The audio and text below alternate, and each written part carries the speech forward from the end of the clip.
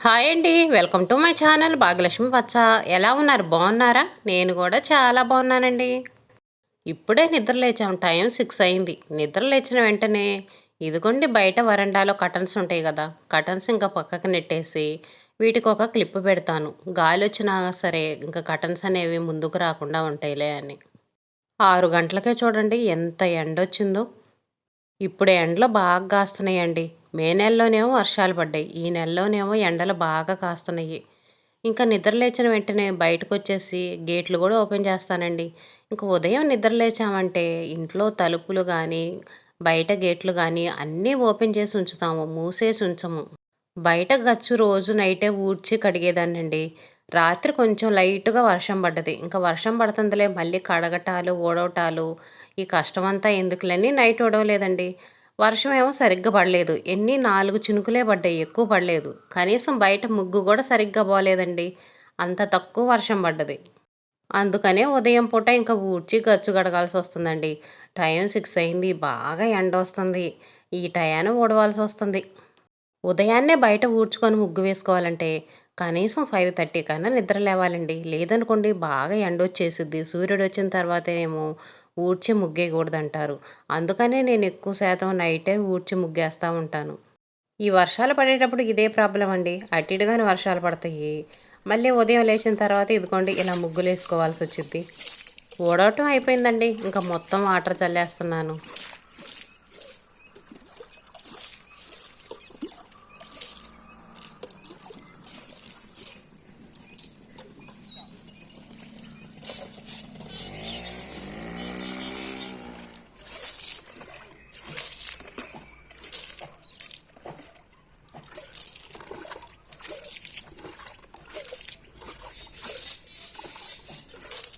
ఉదయం పూట పల్లెటూరులో మాత్రం పనులు హడావుడి అండి. గేదెలున్న వాళ్ళైతే ఉదయాన్నే లేచి గేదెలకి నీళ్లు పెట్టుకొని పేడకలు తీసుకొని పాలు తీసుకోవటం హడావుడిగా ఉంటారండి.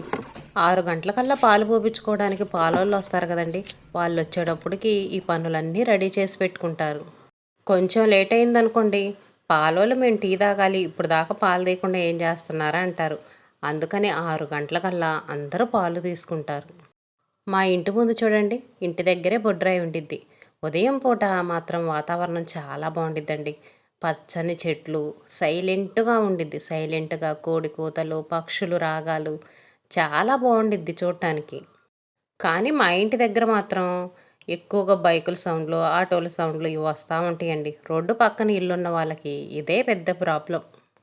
ఇంట్లోకొస్తే చూడండి, ఇంట్లో కనీసం అటు ఇటు నడవటానికి కూడా ఖాళీ లేదండి. మా అబ్బాయి నిద్రపోతున్నాడు. 2 మంచాలేసున్నాయి. ఇక్కడే కూలర్ ఉంది. పక్కన కుర్చీలున్నాయి. నడవటానికి కూడా ఖాళీ ఉండదు. పక్కన కూలర్ పక్కన కొంచెం ప్లేస్ ఉంది చూడండి. ఇంకా ఆ ప్లేస్‌లోనే నడుస్తాం. మా అబ్బాయి నిద్ర లేచేదాకా ఇంక మా పరిస్థితి ఇలానే ఉండిద్ది. వాడిని లేచి ఇదిగోండి ఈ డబుల్ కాట్ మంచం మీద పడుకోమన్నాం అనుకోండి. నేను పడుకోను ఆ మంచం మీదే పడుకుంటానంటాడు. ఇంకా సరే వాడిని డిస్టర్బ్ చేయటం ఎందుకులే అని ఇంక మేమే కూలర్ అనేది కొంచెం పక్కకి నెట్టేసి అటు ఇటు నడుస్తూ ఉంటాము. ఉదయం పూట ఇంకా మన ఇంటికొచ్చేవాళ్ళు, మనల్ని కదిలిచ్చేవాళ్ళు ఎవరు ఉండరు గదా! అదే గేదెలుంటే పాలకని ఎవరొకళ్ళు వస్తా ఉంటారు. ఇంకా గేదెలు లేవు కాబట్టి ఎవరు రారు. చిన్న చిన్న గదులున్నోళ్ళకి ఇదే ప్రాబ్లమ్ అండి. ఏ వస్తువులు తెచ్చుకుందామన్నా అంతా ఇరుకిరుగ్గా ఉండిద్ది. ఎండాకాలం పోయిందిలే కూలర్ తీసి పైనేద్దాం అనుకున్నామండి. ఇంకా నయం కూలర్ ఎట్నో పైనేయలేదు కిందే ఉంచాను. ఇలా ఇప్పుడు కాచే ఎండలకి కూలర్ లేకపోతే అస్సలు ఉండలేమండి. వంటగదిలోకి రాగానే ముందు నేను చేసే పని కిటికీలు ఓపెన్ చేస్తాను. కిటికీలు ఓపెన్ చేసిన తర్వాత లైట్ వేసి ఇంక ఇదిగోండి పొయ్యి వెలిగిస్తాను. ఉదయం హాట్ వాటర్ తాగే అలవాటు ఉంది కదండి. ఇంకా ఉదయం లేచిన వెంటనే ఇదిగోండి హాట్ వాటర్ వేడి చేస్తున్నాను. ఇంకా అంట్లు కడగలేదు. ఏ పని చేయలేదండి. ఇప్పుడే బయట ఊడ్చి ముగ్గేసి వచ్చాను కదా! ఇంకా ఇంట్లో పని అనేది ఒక్క పని కూడా మొదలుపెట్టలేదు. నైట్ అన్నం చూడండి చాలా అన్నం మిగిలింది. ఎంత అన్నం ఉందో చూడండి. నైట్ మా అబ్బాయి అన్నం తినలేదు. వాడు అన్నం తినలేదు. మేము కూడా సరిగ్గా తినలేదండి. అందుకని చాలా అన్నం మిగిలింది. ఇంక ఈరోజు టిఫిన్ అయితే ఇదేనండి. పులిహోర కానీ, ఇంకా ఏదో ఒకటి ఫ్రైడ్ రైస్ కానీ, టమాటా రైస్ కానీ ఏదో ఒకటి చేద్దాం అనుకుంటున్నాను. ఇంట్లో అయితే ప్రస్తుతానికి నిమ్మకాయలున్నాయి. ఈ మధ్య నిమ్మకాయలు తీసుకురాక కూడా చాలా రోజులవుతుందండి. నిమ్మకాయలు బాగా రేటు పెరిగిపోయినాయి కదా, అసలు నిమ్మకాయలు తీసుకురావట్లేదు. ఇప్పుడు కొంచెం రేటు తగ్గినాయి కదండి, పర్వాలేదు కదా. అంతకుముందు డజను 100 రూపాయలు, 60 రూపాయలు, 70 రూపాయలు అలా ఉన్నాయి. ఇప్పుడైతే ప్రస్తుతానికి 40 రూపాయలేనంట. అందుకని ఒక అర డజన్ నిమ్మకాయలు తీసుకొచ్చాము.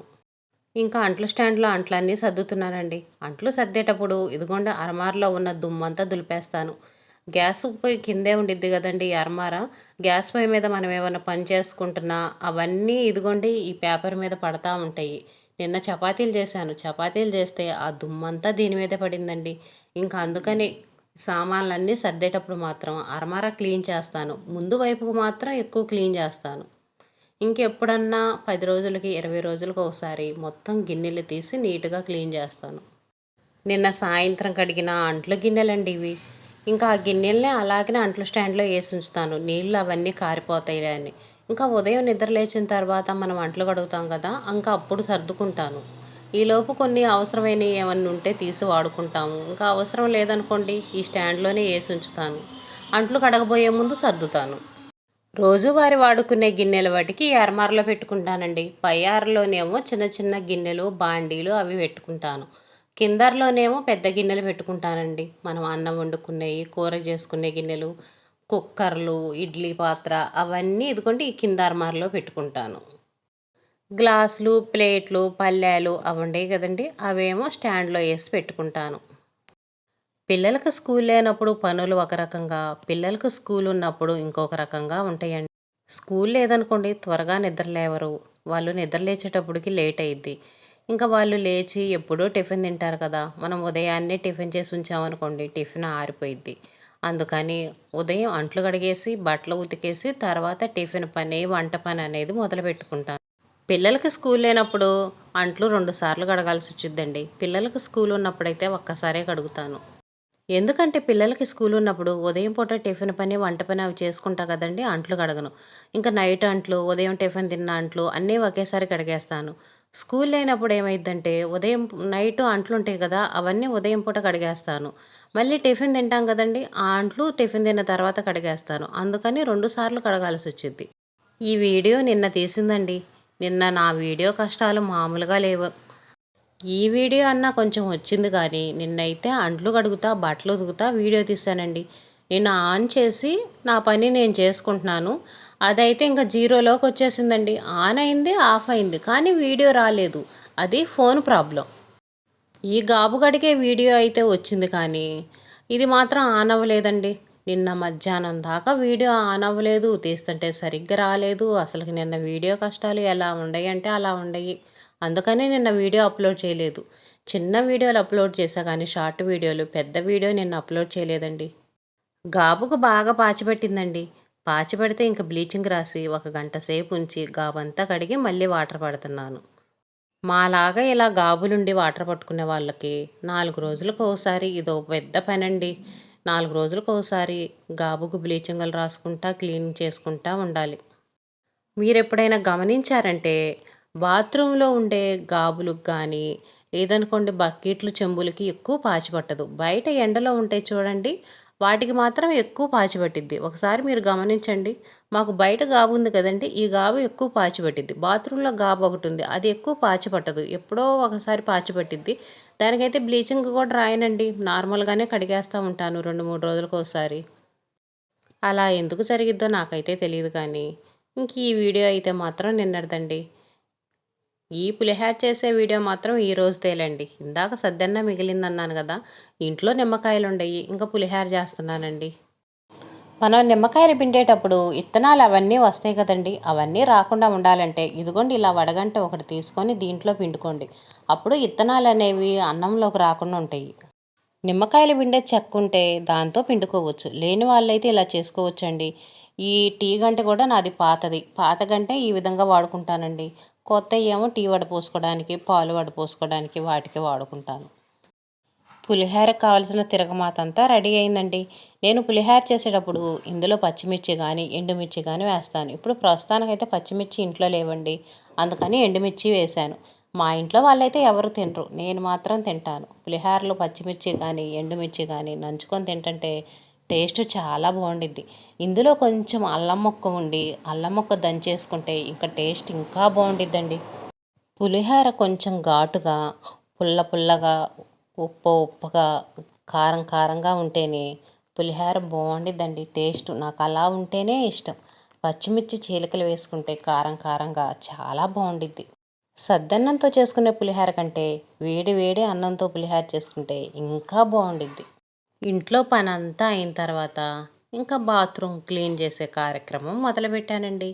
దీన్ని కూడా 4 రోజులకు ఒకసారి క్లీన్ చేస్తూ ఉంటాను. ప్రతిరోజు అయితే ఇలా హార్పిక్లేసి పెనాయిల్ వేసి అయితే క్లీన్ చేయనండి. నార్మల్గా వాటర్ పోసేస్తూ ఉంటాను.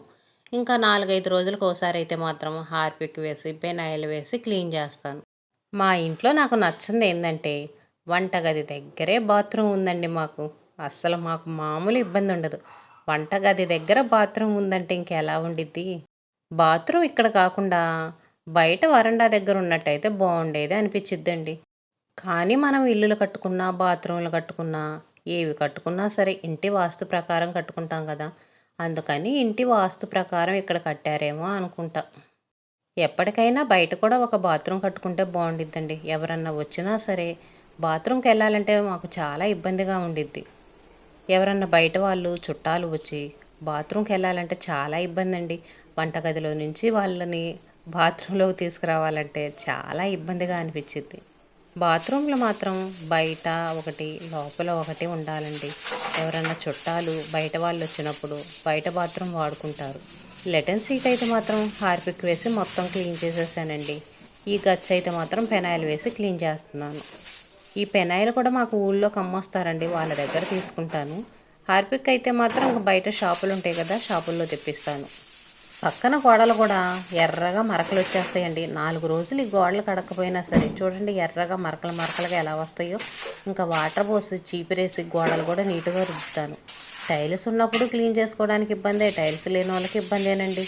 ఏదైనా సరే క్లీన్ చేసుకోవడం మాత్రం తప్పదు మనకి. ఇంట్లో పని అంతా అయిన తర్వాత లాస్ట్లో బాత్రూమ్ క్లీన్ చేస్తానండి. బాత్రూమ్ క్లీన్ చేసి తర్వాత స్నానం చేస్తాను.